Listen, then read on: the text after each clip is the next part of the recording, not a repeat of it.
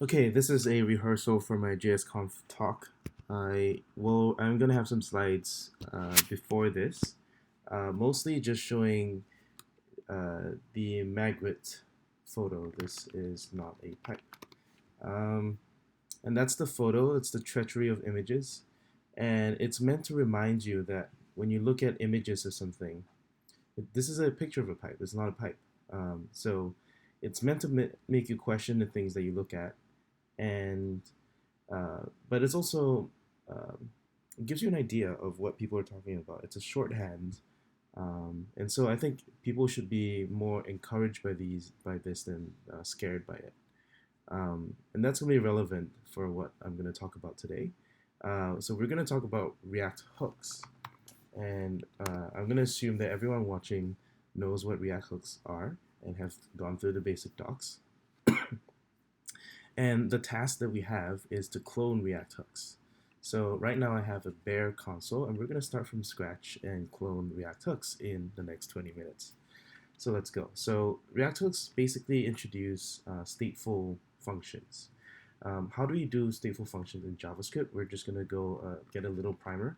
I'm going to have a variable called foo, and I'm going to have a function called add that modifies foo every time it's called and returns foo so that I can console log it out. So I'm going to console.log add. I'm going to call it a bunch of times. And you can see that every single time I call it, there's some state inside of the function, and I call it. This is fine, but unfortunately, foo is on the global scope, so when I can write any intermediate code and modify it randomly. So that's not very good if you're writing a library that depends on knowing everything that's happening in the app. So what you really want to do is protect foo by moving it inside the scope of add. And then in this way, JavaScript will just refuse to let anyone else edit that. That's very good. But we also give up statefulness. So we want stateful functions, we want protected variables. How do you really do that? The answer is to put it in another scope as well. So we return a function, and that function does the exact same thing that it used to do. Instead of add now, it's called get add because it just returns a function. And then we call add. We call get add to get the add function, which is this internal one. And every time we call this function, it increments foo, but foo only belongs inside of the get add scope. And that is closure. Add closes over the foo variable inside of get add. The last thing that we have to refresh in terms of basic JavaScript is that I don't have to name this get add at all. This seems pretty useless. So I'm going to just cut this out and replace get add with a parenthesis. And inside the parenthesis, I'm going to paste my function. And now we're back to the exact same working code as well. So this is a module pattern. It's immediately invoked function expression. And this is how bundlers actually work under the hood. All right, fine. So now we're going to go actually start cloning React. The first thing we're going to clone is useState. It takes an initial value, and it returns state and set state, right? So now we're going to fill in what those state and set state variables are. I'm going to have an internal value. It's going to be initial value at the start. I'm going to have state. It's going to be set to the internal value. This is wrong, but we'll fix that. And then we'll have set state, and that will take a new value. And we're going to set the internal value to the new value, what we call set state. Cool. So now we're going to use this. So const count set count equals use state 1, and now I can console.log count. I can call that again, and I can set count to 2. Now when I run this, 1 doesn't really update, so the set count doesn't seem to be working. In fact, it actually is working. It's modifying the internal state. But the problem here is in the destructuring of this, count is equal to 1 here, and there's no chance to refresh the value after setting the state. So we're going to do something that's wrong, but we'll fix it later. We can turn the state into a getter function, so it can lazily call every single time. Until now, we have a stateful function again. So we have hooks in Node, and it's actually a lot easier to have hooks in Node. If you want to use this somewhere in your application, just use a getter function. It's fine. Unfortunately, this is not exactly the React API, and we want to React in React. You just use the variable. You don't use a getter for the variable. You just use the variable, and it's live and correct every single time. In order to get there, we have to do a lot of refactoring, but don't worry, I'll walk you through it. The first thing we want to do is put use state inside of a React module. So I'm going to cut this, the exact same thing that we did just now, const react equals parenthesis function, and then I'm going to immediately invoke it. I'm going to stick that use state function in there, and I'm going to return an object that has use state in it. So now I can just say react.useState, and now it works exactly the same way as it did before. So whatever I just did I just modularized, the hook that we were building. I can also do the similar thing to the hook that we're using. So I can put this inside of a function. Let's just call it component, very generic. And we'll stick the hook in there. Normally I'd be rendering to the DOM or JSX, but I don't have that here, so I'm just going to render console log. I'm going to write a render method. We'll get rid of this later. Console.log count. And I'm going to have like a click simulation. Again, I don't have a button, so I just have to make something up. So count plus 1. There we go. Okay, so count is not defined. What do you mean count is not defined? Oh, yeah, down here. So the last bit, I'm going to delete this down. The last bit is I have a component and I have a mod and I have a React library. The last bit is I have to teach the React library how to render this component. It's pretty simple. A function called render that takes a component and it calls that component because every component is a function, right? Every component is a function in this module. The component returns an object with a render method, so let's call the render, and let's return that component. So we can do other things with it, like call the click function. So let's just try it, and then we have to expose the render method that we just wrote. Okay, so let's just try it. React.render component. I'm just going to assign it to some var called app. And now I can call app.click, for example, and I can render it again. And the last bit is I'm rendering the state getter here because I still have that state getter that we wrote not so long ago. So now what we're going to do is we're going to lift this internal value up to the scope of the React module, and we're going to assign it every time useState is called. So it's going to try and read from the internal value, and if it's not there, it's going to try and read from initial value. So now we have a component that we can render. It renders 1. We can click, and that increments the internal state. And when we re-render again, it counts 2. So that's really good until you try to do a second use state. So let's try to do multiple hooks. This time I'm going to use words instead of letters, instead of numbers, so that it's visually different and people can see the difference. And so I'm going to render both these values, as well as I'm going to have expose a type method. It takes a word and it sets text to that word. And so now I can do something like this where I can type hair, a different word, and so this basically should update the count, and this should update the text.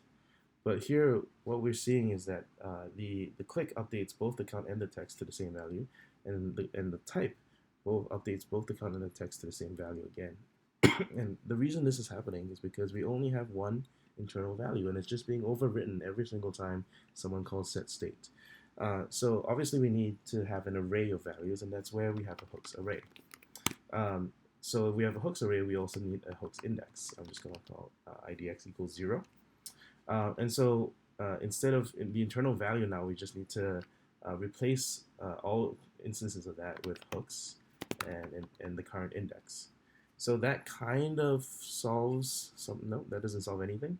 The reason it doesn't solve anything is because index is always 0. We haven't incremented it. So we'll just have a rule that at the end, once you're done with a hook, you're just going to increment it every time. And so that starts to look like it's fixing something, like I'm incrementing the count and text is staying the same, but over here things are still going wrong, and that's because we have to reset our index every time the index goes up. We need to reset it because there are only two hooks, so we have to go between 0, 1, 0, 1, 0, 1, not 0, 1, 2, 3, 4, 5. So the way we reset it is before we start rendering, we'll set it back to 0 every time.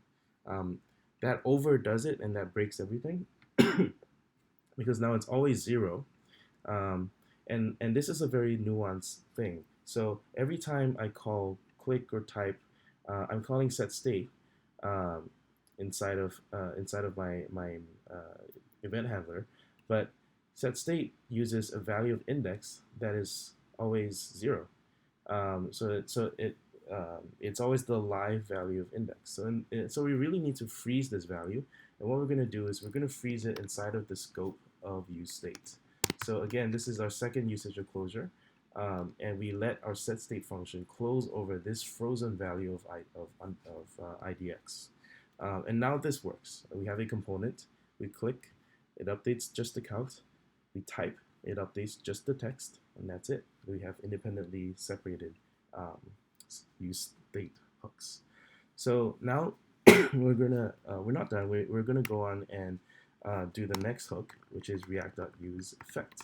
It's best to write it by using it, and then we'll figure out how to implement it later on. We're just gonna say console.log hello. It takes a callback, right? And it also takes an optional dependency array, like a blank array. And that's good enough for us to work with. So let's have a use effect function. So we're going to implement it now. It takes a callback and a dep array. And here the pseudocode is pretty tricky, so just bear with me. We're going to have this variable called let has changed deps. So if the dependencies have changed, we should run the callback. So if dependencies have changed, run the callback. We're just going to assume it true. We're just going to default it to true, just for avoidance of doubt and caution. And then we need a way to compare the dependencies between the old dependency and the new dependency. So we're going to stick our dependency array inside of it with the hooks slot again, whatever the current index is. And we're going to pull the old dependencies out at the start. Obviously, on the first initial run, this value will be undefined because we haven't filled that slot yet. And so we need to be aware of that. And basically, I think the best way to do it is just to cordon off that area where you actually need to start looking at that code. So here is the trickiest part. We need to actually compute whether dependencies have changed if the old dependencies are existing. So the way I would do that is I'll look at the dependency array, the new dependency array, and I'll say array.sum. We'll take that dependency and the index of the dependency, and we'll say object.is if this dependency is equal to the old dependency, the corresponding index of the old dependency at that index. And we'll put a not on there. So we say if they're not equal, and if any of them are not equal, then this will be true. And has changed steps will be true. So now the last thing to do is just expose use effects as a function. And now we can see this use effects in action. Because we have an empty array, it only runs at the beginning and not anywhere else. If we put count in there as the dependency, it's going to run when count changes from 1 to 2 and not anywhere else. If we put text in there, it's going to run when text changes from apple to pear and not anywhere else. And obviously when we remove the dependency array, it's going to run every single render. That's good. So this is the point where I actually stopped because this is actually 29 lines of JavaScript and we have cloned React. That's pretty good, I think. But for JSConf, I wanted to take things a little bit further and also discuss what else we can do. I mean, already you can start thinking about the rules of hooks. Like, Why do they say that you have to call every hook in order? Why can't I do this? Like I if like I if math.rand equals 0.5, then run this. Why can't we put a condition inside of a hook? That's because sometimes this hook will not run. Also, this count is required there, but this hook will not run sometimes, and therefore the index will be off, right? The internal index will be off because you don't get the increment every time. And so that's a pretty good rule to have. You also have that rule where every hook must be called inside of a component. And that makes sense because what happens if we have this, that we have a hook called outside of a component? Well, then this takes up a slot inside of the hooks array as well. And then it's never referred to ever again because there's no re-render. In fact, you need the re-render to set things back to 0. And so this will be in the mix somewhere and be overwritten, or it will just mess up the order of the hooks somehow. So all the rules of hooks are pretty sensible. So what are we going to do to get our things rendering to the DOM? I would really like to see that. I think first of all, we want to switch to the browser. So I think I have a browser option up in here. It's empty right now because we haven't done anything. But what we're going to do with this is start importing things. So I'm going to start importing a bunch of things. So I have a helper utils library. It's only 125 lines of code, mostly helper variables for rendering, reconciling, create elements, create text elements. So we're going to start using JSX in here. And so I'm going to grab this code, and it's going to help me write stuff. So let's see if I can get things running. We're going to import some CSS. That gives us a nice background there, animated background. We're going to import create element as well. What create element does is it helps us use JSX inside of our code. So now we're going to get rid of all this, and we're going to just try to say div hello world. If anyone is familiar with the JSX Babel plugin, you basically have to set the pragma if you're not using regular React. Here we actually do happen to be using React, so that's kind of fine. And this is fine, except the render function also doesn't work. So what we need to do here is also call this.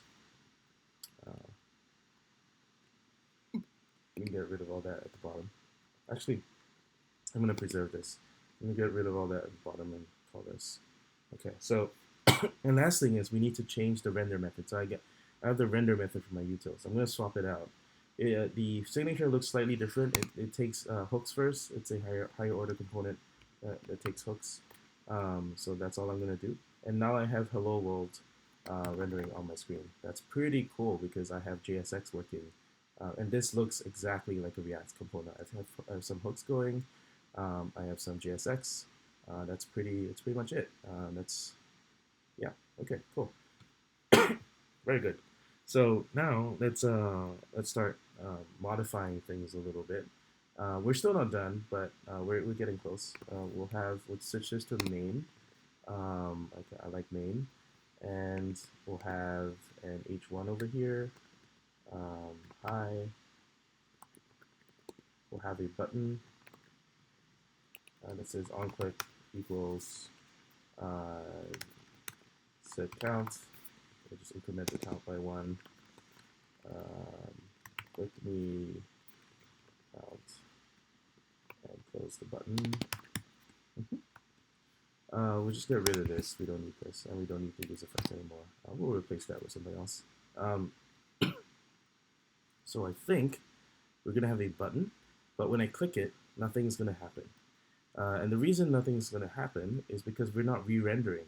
Remember how we used to render and then do the action, and then we have to render again. And so that was a very manual process.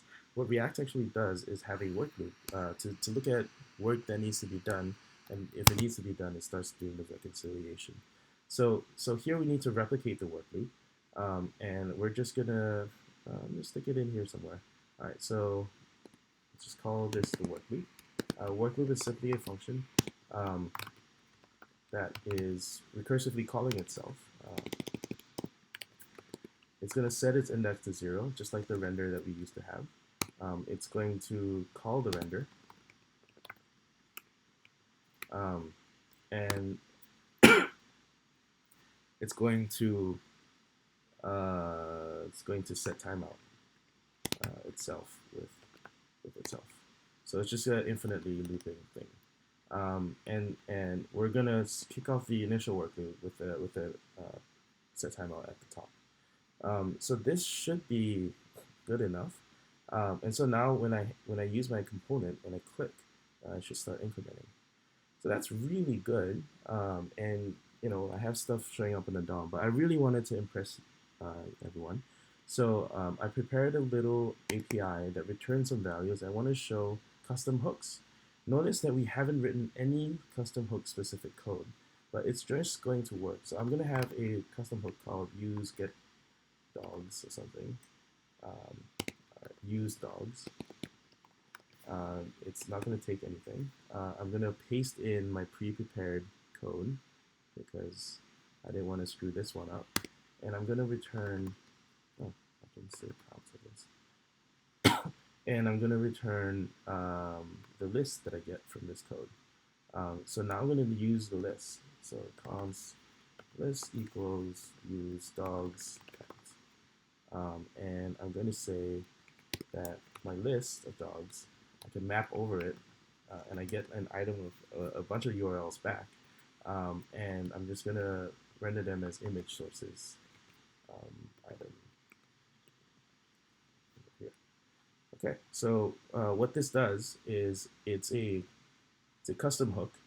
I haven't done any specific code, but it takes in that count variable, and then it fetches an API and looks at and it passes it in as a query parameter, and that query parameter gives the number of dogs requested, and every time that number increments by one, every time that number changes, we're going to rerun that fetch again. So a pretty simple data fetching out paradigm, and now when I click, it's going to fetch more dogs, and you can click as much as you want to get even more dogs. These are all Shiba Inus. Yeah, so this is a pretty dynamic functional app. And the real punchline that I want to go for here is, all right, you can derive the rules of hooks. Oh, you can even do other stuff as well. I think for exercise, I'd really like you to go home and write the use reducer function. That's pretty cool. I can write the use ref function for you right now, which is pretty simple. It's going to be use ref initial value, and it's just going to be a use state that's a parameter.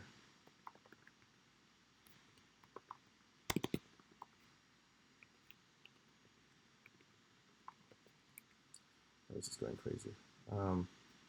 Use state that's a parameter, and it's just going to be the first variable of the parameter because you can never set a ref. So that's use ref for you. That's pretty simple, right? And you can use that, for example, like so. I can use ref down in here. I can set a const ref equals to react.use ref1, and I can say ref.count equals to 3 or something, and that's pretty much it. Okay, that's kind of going wonky. I think I just need to not type. Okay, so the punchline that I wanted to get to is that this is not React. So I want you to consider that this is not React. I want you to consider that I have just live coded in 39 lines now, something rendering that takes JSX that has hooks, something rendering to the DOM that's dynamic and and ping APIs and all that. This is not React. This is not what React is like thousands of lines of code. This minifies to whatever. This is not React. So what is React? What do you use React for? Thank you.